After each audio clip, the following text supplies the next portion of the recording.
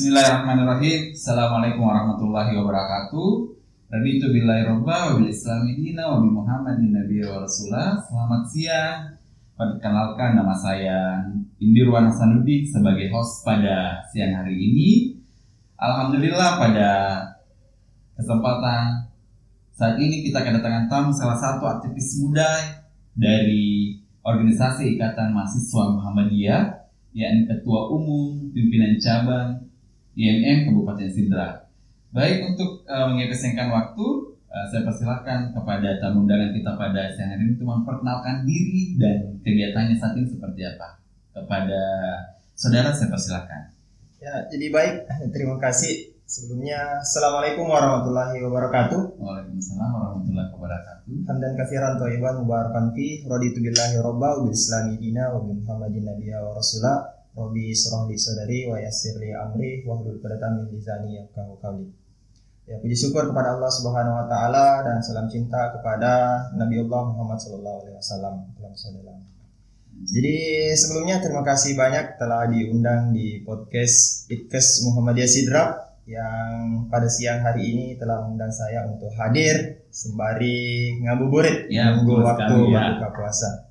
Perkenalkan, saya atas nama Ridwan A, Ketua Umum Pimpinan Cabang Ikatan Mahasiswa Muhammadiyah Kabupaten Sidrap periode 2022-2023. Adapun kesibukan masih sekarang ini ya sibuk untuk menanggapi hal-hal ataupun isu-isu yang ada di Kabupaten Sidrap bersama dengan para mahasiswa lainnya yang tergabung dalam Angkatan Muda Muhammadiyah.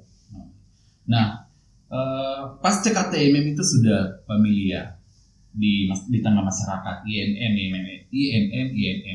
Nah, tapi untuk lebih bagusnya mungkin dari Ketua Pimpinan Cabang bisa menjelaskan apa sebenarnya itu IMM. Ya, kalau berbicara tentang IMM itu sendiri, kalau dari nama kepanjangannya yaitu Ikatan Mahasiswa Muhammadiyah, ya, yang sering kita lihat ketika berada di Kabupaten Sidrap itu sering melakukan aksi dan lain sebagainya, yang memakai atribut merah marun, atau atribut yang sering dilihat panji-panji warna merah marunnya. Begitu ya. Jadi identik IMM itu dengan identik warna merah marunnya ini. Ya. Nah, sebenarnya tujuan dari IMM itu dibentuk kira-kira untuk apa? Ya, kalau dari IMM itu sendiri tujuannya dibentuk yaitu mengusahakan terwujudnya akademisi Islam yang berakhlak mulia dalam rangka mencapai tujuan Muhammadiyah. Ya, jadi IMM ini dibentuk bergerak pada wilayah ranah-ranah kemahasiswaan, khususnya di level-level mahasiswa yang ada di perguruan tinggi Muhammadiyah, ya, di mana kerja-kerjanya itu mampu kemudian membantu kinerja-kinerja dari terwujudnya tujuan dari Muhammadiyah itu sendiri, ya kan? Jadi kan Muhammadiyah ini dibentuk tentunya ada tujuan tersendirinya. Ya, makanya dari Muhammadiyah itu sendiri hadirlah dibentuk yang namanya organisasi otonom. Ya. Organisasi otonom itulah salah satunya adalah Ikatan Mahasiswa Muhammadiyah. Baik, saudara Ridwan.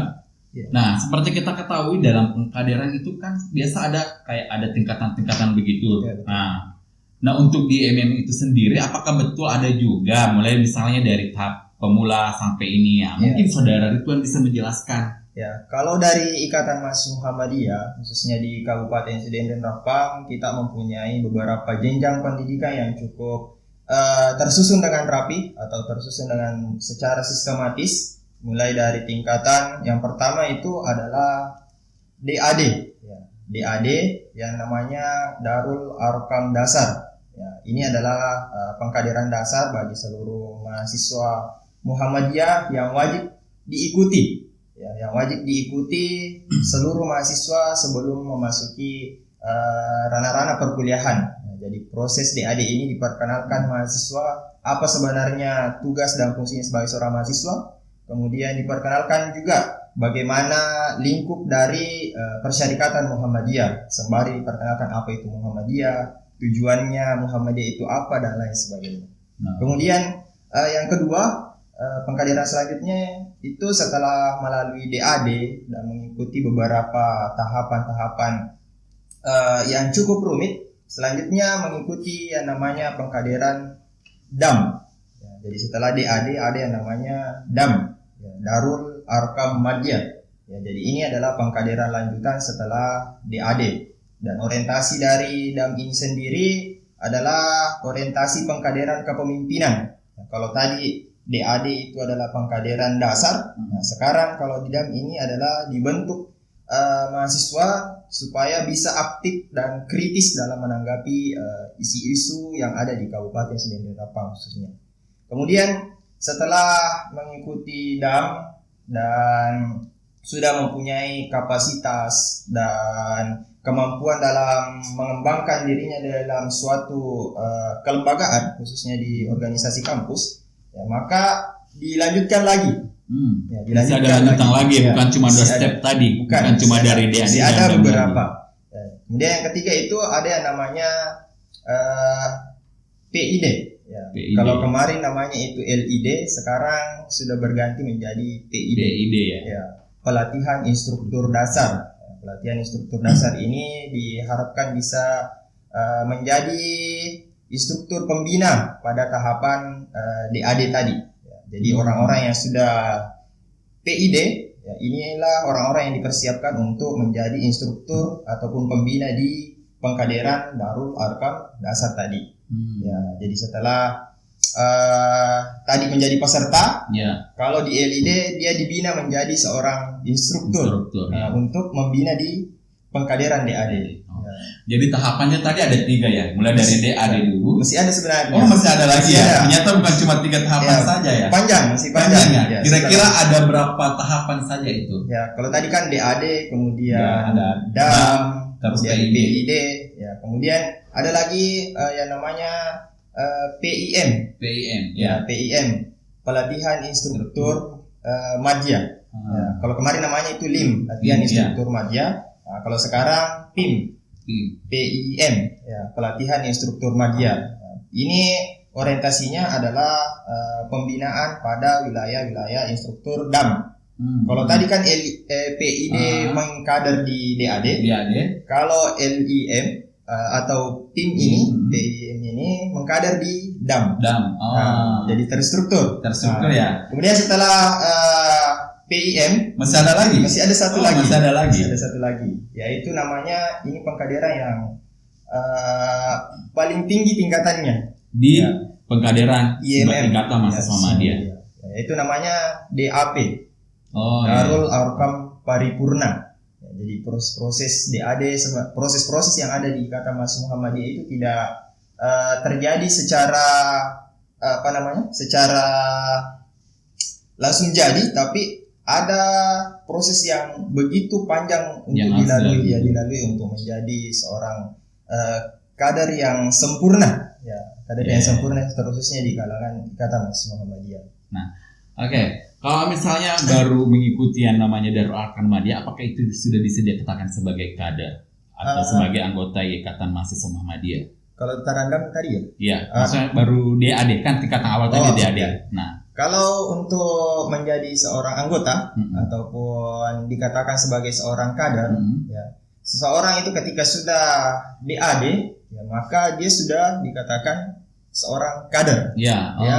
Tidak mesti bahwasanya nanti DAM baru bisa dikatakan sebagai kader. Ya, intinya selama dia sudah mengikuti DAD, maka dia adalah kader dari Ikatan Mahasiswa Muhammadiyah. Oh, begitu. Dia adalah kader Muhammadiyah. Ya. Jadi intinya sudah mengikuti DAD berarti dia sudah termasuk dari anggota dari Ikatan Mahasiswa Muhammadiyah. So biasa kita sebut dengan kader ya. Kader.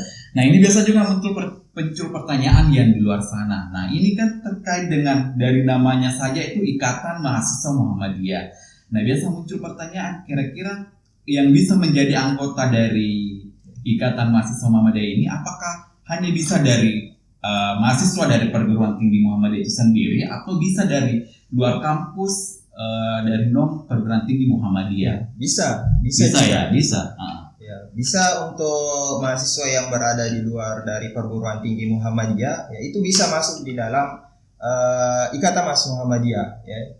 Itu tadi syaratnya cuma ada satu, bahwasanya untuk masuk menjadi anggota Ikatan Mahasiswa Muhammadiyah ya itu tadi harus DAD dulu. Pengkaderan dulu tadi Harus yang melalui pengkaderan. awal tadi Ya, DAD. mulai dari proses pendaftaran, kemudian mengikuti pembekalan, karena kan harus ada pembekalan dulu, pemahaman dulu sebelum mengikuti prosesnya. Ya, jadi kalau mau masuk, ya tentunya silahkan komunikasi dengan kader-kader Ikatan Mahasiswa Muhammadiyah. Ya, tentunya kalau di skala lingkup amal usaha, khususnya di kampus ITKES ini, yang tercinta kita, ya kader-kader Ikatan Mahasiswa Muhammadiyah itu cukup dikenali, ya sudah dikenali, ataupun bisa juga langsung hubungi teman-teman yang sudah menjabat di kepengurusan pimpinan cabang Ikatan Mahasiswa Muhammadiyah. Oh, seperti itu.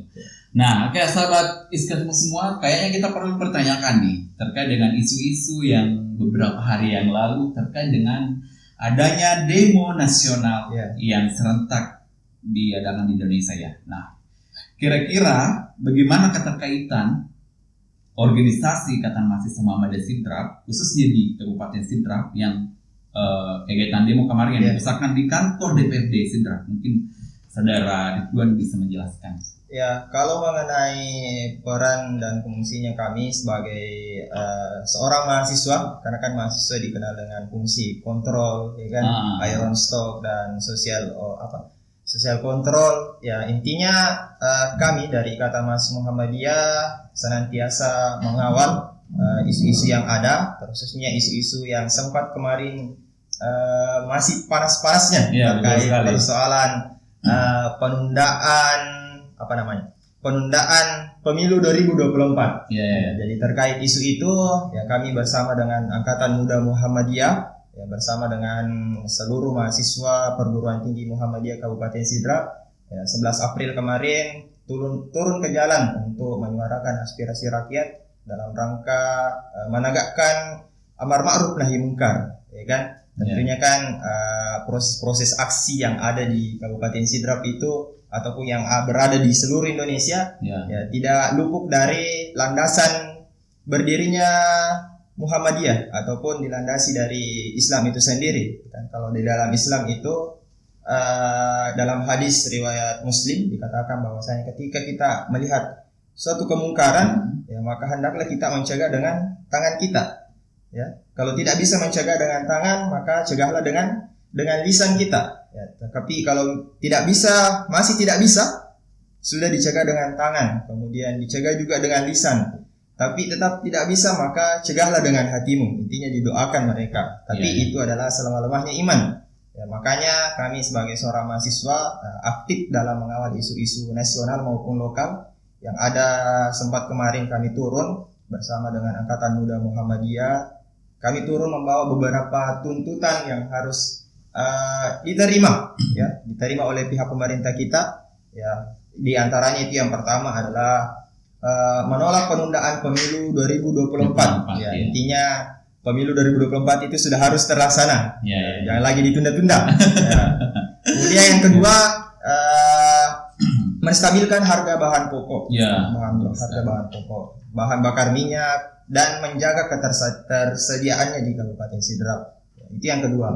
Kemudian yang ketiga menolak tindak lanjut dari pemindahan IKN atau pemindahan ibu kota negara. Itu ketiga isu nasional yang kemudian sempat kami bawa. Tapi ada juga satu isu lokal yang kami bahas kemarin di kantor DPRD Kabupaten Sidrap, yaitu isu mengenai kecurangan tes CPNS. Calon pegawai negeri sipil. Ya, itu sempat kemarin Kabupaten Sidrap dikabarkan mendapat peringkat pertama kecurangan paling tinggi.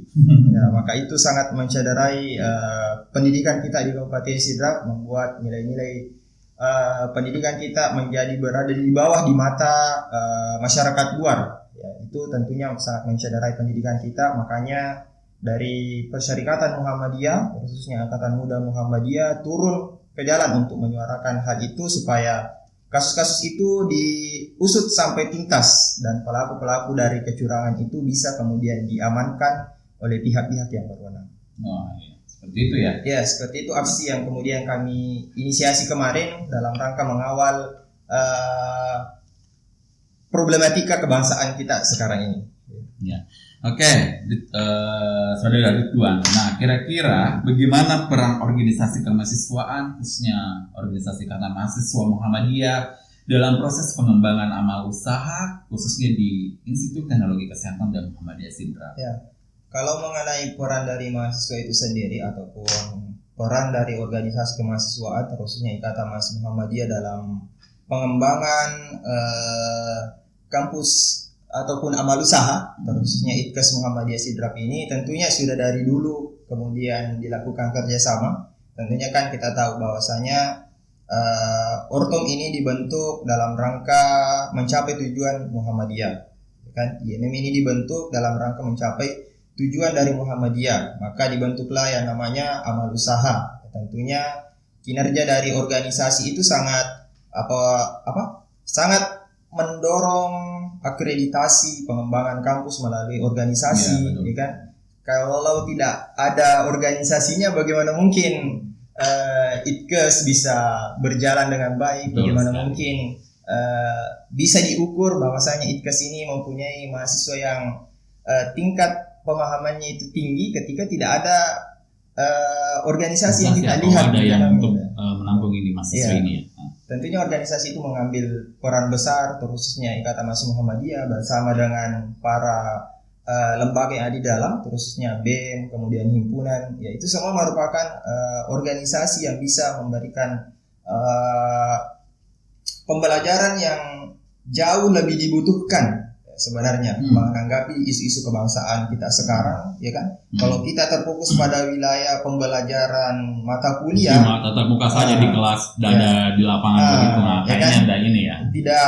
Belum sempurna nilai-nilai kemahasiswaan kita kalau belum berorganisasi, ya. Dan tentunya kalau organisasi ini kan yang menjadi landasan supaya amal usaha ini bisa tetap jalan dan persyarikatan Muhammadiyah bisa berjalan dengan baik. Sekiranya seperti itu. Oke, mungkin ini terakhir sebagai closing statement di pertemuan kita pada siang hari ini. Kira-kira apa harapan Anda sebagai ketua IMM, ketua IMM Kabupaten Sidrap periode 2022-2023 kepada Institut Teknologi Kesehatan dan Sains Muhammadiyah Sidrap? Ya. Kalau mengenai harapan untuk ITKESmu ya. Ya, ITKESmu orang biasa singkat dengan ITKESmu. Ya. Ya, jadi harapan ke depan bahwasanya ITKES Muhammadiyah Sidrap ini bisa terus berkembang dan bisa terus jaya ke depannya, melahirkan cendekiawan yang bisa menjadi napas peradaban baru, khususnya di Kabupaten Sidenden Rapang dengan melalui konsep-konsep metode-metode. Kalau ITKES kan itu diidenti dengan kesehatan, betul sekali, ya. Maka harapannya ke depan tentunya dengan hadirnya ITKESmu ini, ya, kita bisa mengharapkan bahwasanya pendidikan ataupun tingkat nilai-nilai pendidikan yang ada di Kabupaten Sidrap itu bisa dikenal di luar sana, ya, tidak hanya sekadar besar di rumah sendiri di Kabupaten Sidrap, tapi bisa besar di daerah luar, artinya bisa dikenal di Indonesia, tapi bisa juga menasional supaya bahkan bisa sampai internasional ya bisa. Dan itu sebenarnya yang harus kemudian kita usahakan bersama, ya, tentunya ketika kita berbicara tentang amal usaha tentu harus dibarengi dengan ikhtiar yang begitu besar, ya, tentunya mulai dari pimpinan kampus, kemudian mahasiswanya terutama lagi yang mempunyai wadah untuk dibesarkan, ya, maka kita sebagai seorang mahasiswa dan warga Muhammadiyah mempunyai tanggung jawab besar dalam mengembangkan amal usaha itu sendiri, khususnya ITKES Muhammadiyah Sidenden Rapang. Gitu ya. Baik sahabat ITKES semua, alhamdulillah demikianlah tadi beberapa tanya jawab yang kita lakukan kepada Ketua Umum Pimpinan Cabang Ikatan Mahasiswa Muhammadiyah Kabupaten Sidrap. Saya selaku host pada siang hari ini mengucapkan banyak terima kasih. Ya, saya juga yang mengucapkan banyak terima kasih telah diundang bisa gabung di podcast kita pada hari ini. Baik, sahabat ITKES semua, marilah kita menutup kegiatan kita pada hari ini dengan mengucapkan alhamdulillahirabbil alamin. Fastabiqul khairat. Assalamualaikum warahmatullahi wabarakatuh. Sampai ketemu di podcast selanjutnya dengan narasumber-narasumber yang tidak jauh lebih kece dan keren pada hari ini. Terima kasih.